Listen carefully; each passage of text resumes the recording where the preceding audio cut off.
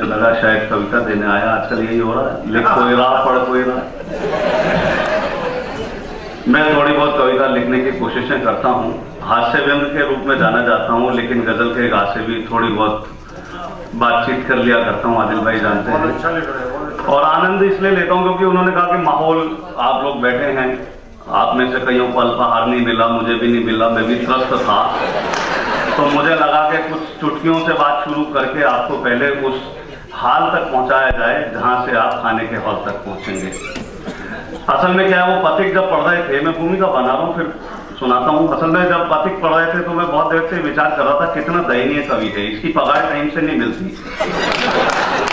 क्योंकि कहता मैं खड़े होकर गजल लिखता हूँ, खड़े होकर, भाई किसने मना किया है क्या? अब मैं सोच रहा हूँ आज इसे प्रतीक चिन्ह के रूप में एक कुर्सी गिफ्ट करूंगा ताकि आराम से बैठ के गजल कहे,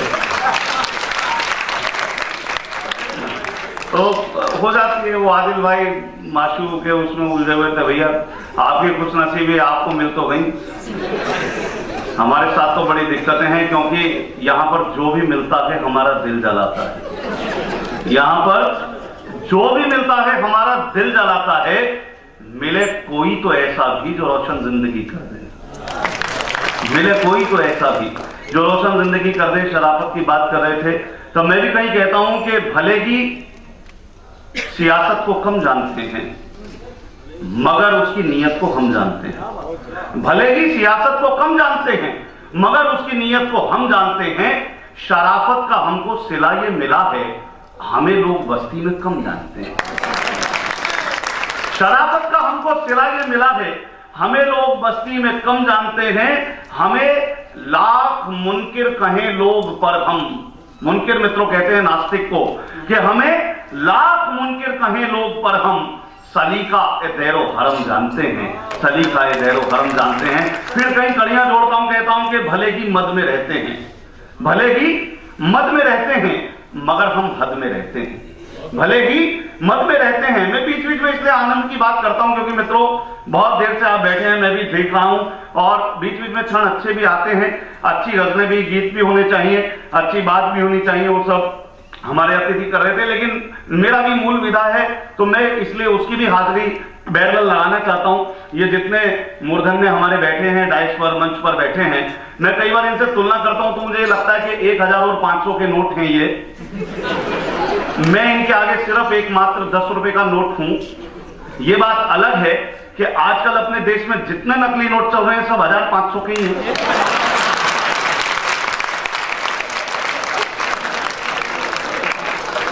मैं आपको अपने लायक बनाता हूं क्योंकि देखिए भले ही मद में रहते हैं मगर हम हद में रहते हैं।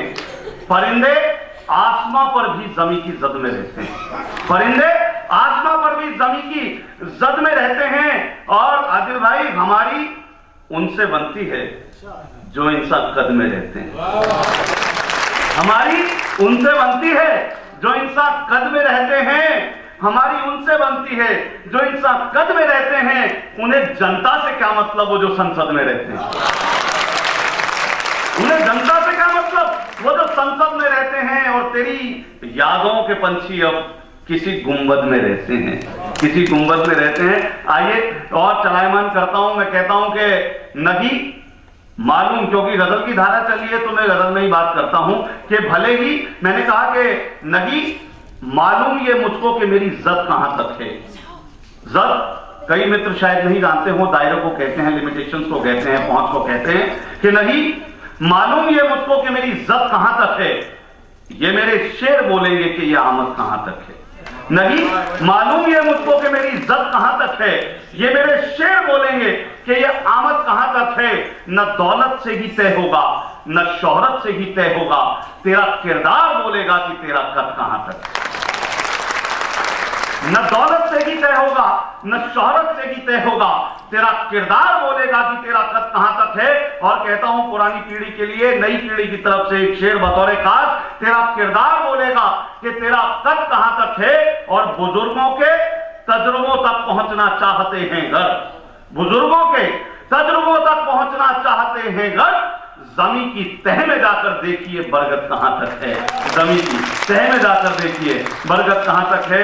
समय सीमा का ध्यान रखता हूं, स्थितियां बहुत विचित्र हैं, लेकिन आइए मैं 2-4 शेर और पढ़ के विराम लेता हूं। कभी भरपूर कवि सम्मेलन होगा तो उस मुद्रा में आपको सुनाया जाएगा, लेकिन कहता हूं कि हंसी बांटता हूं, खुशी बांटता हूं, ये दौलत तो मैं हर घड़ी बांटता हूं।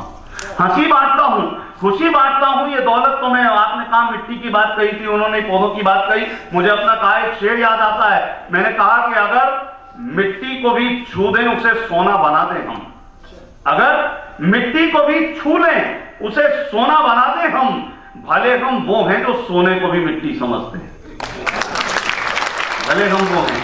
कहता हूं कि हंसी बांटता हूं, खुशी बांटता हूं, ये दौलत तो मैं हर घड़ी बांटता हूं। जिन्हें बांटना है अंधेरा वो बांटें, मेरा काम है रोशनी बांटता हूं। कभी मैं लतीफों के तोहफे लुटाऊं, कभी आंसुओं की नमी बांटता हूं।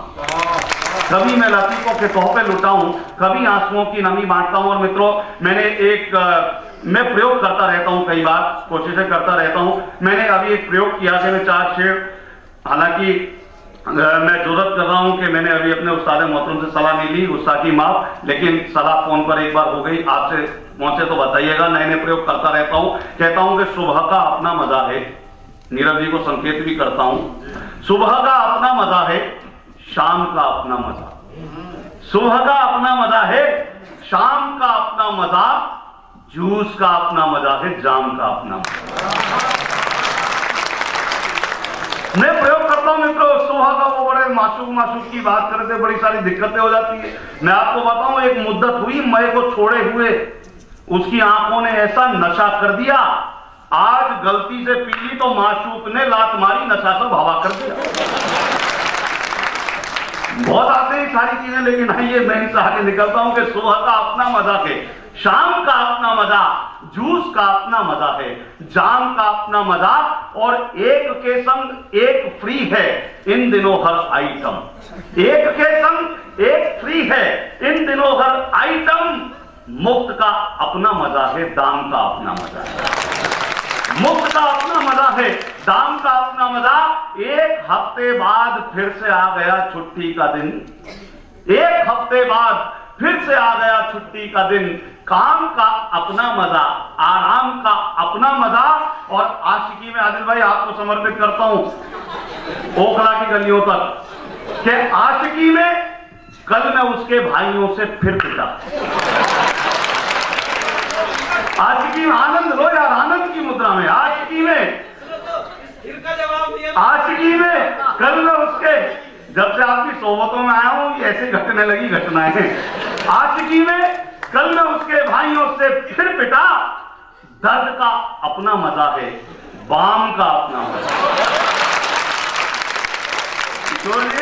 आशिकी में कल मैं उसके भाइयों से फिर पिटा, दर्द का अपना मजा है, बाम का अपना मजा। और मित्रों, संजीदा बात कहता हूं, कई बार होता क्या है, नई पीढ़ी का आदमी कोई अच्छी बात कहता है तो बड़े सलीके से नहीं सुनी जाती, लेकिन जैसा वो आदमी, उन्होंने बहुत सारी स्थितियां कही डॉक्टर करण सिंह जी ने, लेकिन कोई पुराना आदमी कहता तो हमें लगता कि पता नहीं क्या हुआ। तब एक शेर कहीं भीतर से निकलता है कि सुबह का अपना मजा है, शाम का अपना मजा, जूस का अपना मजा है, जाम का अपना मजा। कहता हूं कि शायरी तो हम भी करते हैं मगर गुमनाम हैं, शायरी तो हम भी करते हैं मगर गुमनाम हैं। शेर का अपना मजा है, नाम का अपना मजा। शायरी तो हम भी करते हैं मगर गुमनाम है, शेर का अपना मजा है, नाम का अपना मजा। और मित्रों, कहता हूं कि आखिरी शेर के शायरी तो हम भी करते हैं मगर गुमनाम है, शेर का अपना मजा है, नाम का अपना मजा। और जिंदगी के रंग दीपक देखकर बस ये लगा, जिंदगी के रंग दीपक देखकर बस ये लगा, खास का अपना मजा है, आम का अपना मजा। आम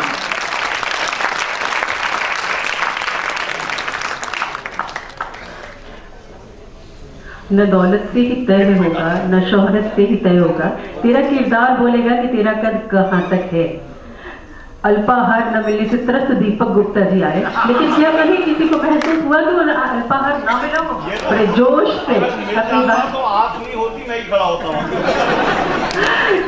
दीपक गुप्ता जी ने हमारा मनोरंजन किया, धन्यवाद। और अब आमंत्रित करती हूँ पूनम मारिया जी को वे आए और अपनी कविताएं पूनम भाटिया जी, माफ कीजिएगा, पूनम भाटिया जी, माफ कीजिएगा।